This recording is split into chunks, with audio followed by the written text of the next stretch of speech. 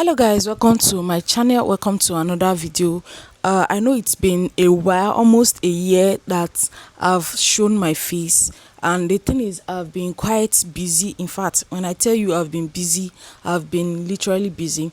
But I was like, I'll come back, I'll soon come back, but I've not really had the time or the motivation to. But what I saw just yesterday, was it yesterday or even this morning, was so shocking that I just had to make this video because I didn't know all this was happening. I already told you that I was busy, and believe me, even though this was not my first, but it was more challenging than all the other kids I have.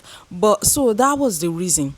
And I said, no, I must talk about this because I thought we were making progress. I thought it was the government we were facing at the time I was uploading some videos of mine, but now it's become like more or less more about police brutality. You know what happened at last year is, I think June 20 or June 21 makes it like a year since all those what will I call it? All those nani and all that happened, and even President Ruto was making progress and stuff like that. He even had it made out a statement about his daughters marrying Nigerians. I wanted to come and make the video, but I couldn't at the time. But this one was something I could not pass by. Number one, because I'm a Nigerian, and the person making this is also a foreigner to Kenya. I was like, no, this cannot keep going on. What would this mean for the image of Kenya in the world map? Like, everywhere in Kenya that I know, they know Kenya as a top tourism stop, a top vacation spot, but it's turning to be the opposite right now, and it's just so sad. And this person that said it, I was like, what? I would advise for you. So sometimes like this, when there's political turmoil, social unrest and stuff like that, whether you stay back and postpone your vacation to some other times or something like that. So I'm going to be playing the video and we're going to be listening to it together. I'll be leaving it right here. Leave all your thoughts down in the comment section, because me, I didn't know that it's going on for too long. I was busy, like I told you. It was really challenging part of my life for me as at that time, because I literally could not do anything. Even when it was all over, it was taking time for me to adjust and everything. Thank God for a good support system that was able to bounce back a little bit. I'm becoming of myself, and let's just listen to this, because the main reason why I'm here is because of this video. Okay, I am here in Nairobi, Kenya, and everyone needs to know what happened right here on Tuesday. To the average person walking past, that might look like some random orange dirt, but it's not. It's covering blood. And it's also the reason I posted this video only after I left the country. You see, just a few days ago at a protest against police brutality, 2 officers shot a 22-year-old man in the head at point blank range. Crazy part is that young man named Boniface wasn't even protesting. He was simply a street vendor selling masks when 2 officers with riot gear and shotguns approached him, punched him, and then completely unprovoked, they then left him lying here right on this spot while witnesses rushed to his aid. Little did the officers know, however, not only did someone record the entire thing, but Boniface has miraculously survived. The bullet went through his head right above his ear. But even if he does make it out of intensive care, a CT scan has showed that he has suffered severe brain damage, so his life will never be the same again. Now, here's where things get really dark. Boniface was shot at a protest where people were demanding justice for a teacher who was killed in police custody. Officers arrested a 31-year-old man named Albert Ojwang earlier this month, accusing him of, you ready, insulting a police boss on social media. But instead of being released, just 2 days later, his wife and parents were informed that Albert was dead. Police initially claimed that it was a suicide, saying that the victim hit his head on the wall multiple times until he passed away. But an autopsy later exposed the horrific truth. He was brutally beaten to death. And as horrible as these 2 cases sound, they are far too common in Kenya. Police kidnappings are rampant. People simply disappear. They get falsely accused and imprisoned. They get abducted during protests, and yes, even killed. All of which is extensively documented and carried out by the very people Jesus Christ. supposed to protect. This is Yes. why I wanted to post this only when I got home, because not only is this a risky subject to speak about, but bringing awareness to this matter on a global scale like this is something I don't imagine is going to be appreciated nice by at certain all. people. And this goes way beyond police brutality. Kenyans are increasingly protesting the entire system in which Oh God, oh God, oh God, oh God, oh God. Oh God, I didn't know it has gotten to this.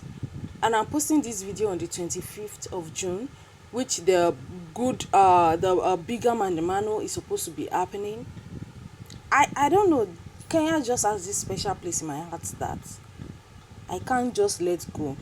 So I had to post this. Let's just finish listening to it, because then after I will make my comment. It's just so sad. What? I thought we were protesting against government. Now it's the police. corruption like this is allowed to take place. So, in just a couple of days' time on the 25th of June, what's being described as the mother of all protests is being organized. So, as things develop, I'll keep you guys updated. I am here in... Oh God, oh God. Why would you just shoot police just have the effrontery to shoot people at point blank because they were protesting, and this person was not even protesting. He was not protesting. He was selling face masks, probably to those people protesting, because before you know, they will start throwing tear gas and everything like that, just as it happened exactly last year. And I was like, what? Then Ruto Must Go is still going on. The hashtag Ruto Must Go was trending last year, and this year now is still going on. I don't even understand what is going on presently, because Africa, do you know something like this also happened in Nigeria recently, that soldiers, military people were sent to where the youth were protesting, and come and see gunshots everywhere. And it just was, it's so pathetic, guys. So pathetic. Let me see the comments of some people. They're already saying, like this person said now, posting after you left the country was smart. Same thing is happening to Nigeria. I told you guys, Africa is a mess. I hope they can be recolonized once again. As in, it has gotten to a point that people are now praying for recolonization, because these things are not this bad. It's even worse now, because we are doing it to ourselves. It's not external doing it to policemen in Kenya, policemen in Nigeria. They are citizens also.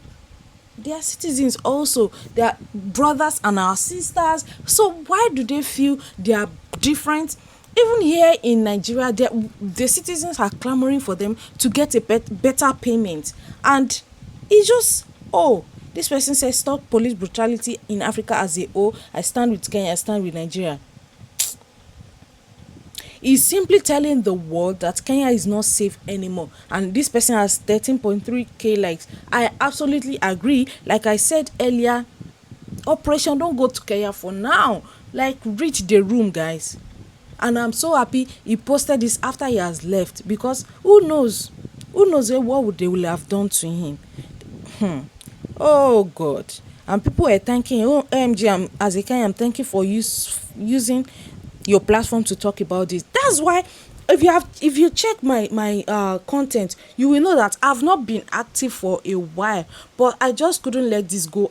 This is not my usual setup. If you go to my other videos, this is not my usual setup. In fact, I'm planning to go out very soon with my new baby, and I just couldn't let this go. I had to just on my camera and just say, let me do this, because I can't just let it it's just in my mind. And the network was so bad, I could not even load this video. I had to go outside to go and look for network. You know how Nigeria can be, to go and look for network before I was able to download it, screen record it and stuff like that. So I just had to post it to serve as an awareness to whoever is watching this, that these are the things going on in Kenya, Africa, to create awareness about this police brutality thing.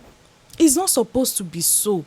It's not supposed to be so. Then I thought that after the last year protest, that Ruto would do everything in his power to make sure that his regime goes straight. Now he's going to go down in history that this is one of the worst regime ever in Kenya. I didn't mean they had let Baba Blue to enter. Maybe it would have been different. Everywhere. Last year, Ruto must go, occupy everywhere. Mandamano, Nane, protest everywhere. Everywhere. Oh my God. It's just so pathetic. I wish you guys peace. I wish you guys rest. Like, I wish you guys just... I'm tired, man. I'm just fed up.